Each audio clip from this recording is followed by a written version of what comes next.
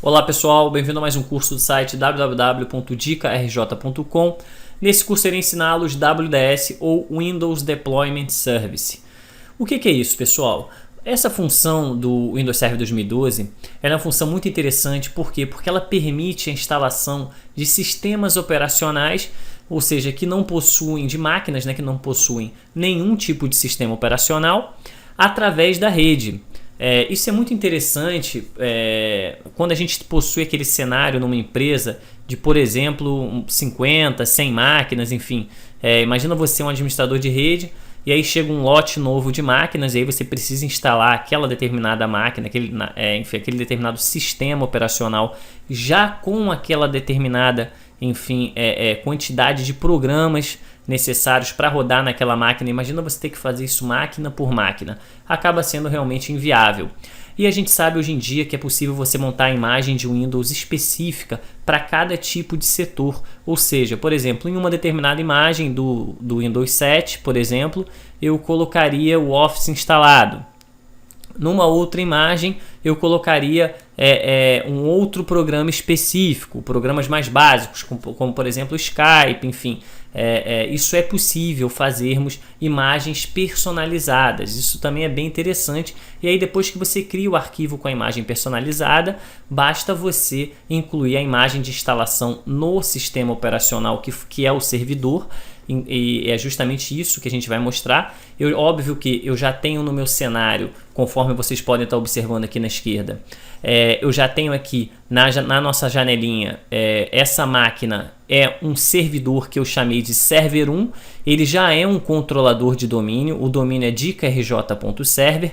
Ele possui duas placas de rede, uma placa de rede que eu estou recebendo a internet e a outra placa de rede que eu atribuí um endereço de rede local 10.1.1.1, ok?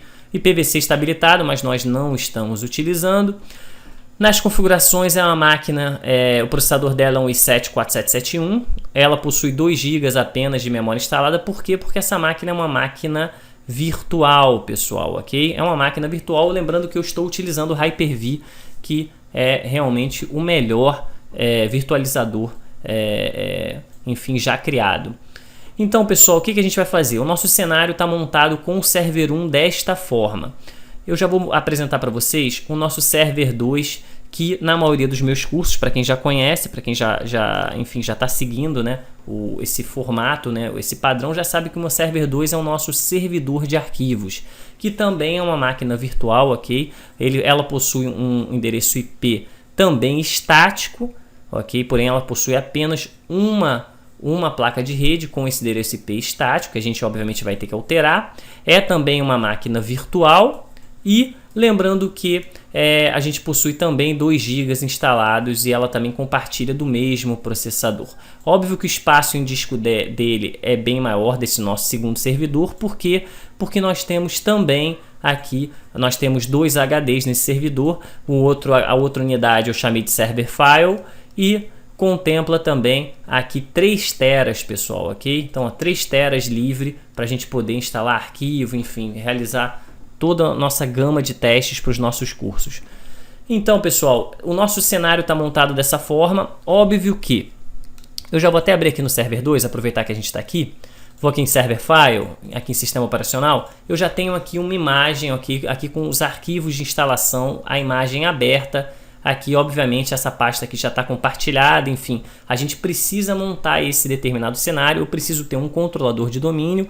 Eu preciso ter uma outra máquina que será o nosso servidor de arquivos, que será de onde eu vou buscar esses arquivos necessários, porque eu tenho que buscar arquivos específicos nas pastas de instalação, para a gente poder criar nossas imagens de instalação.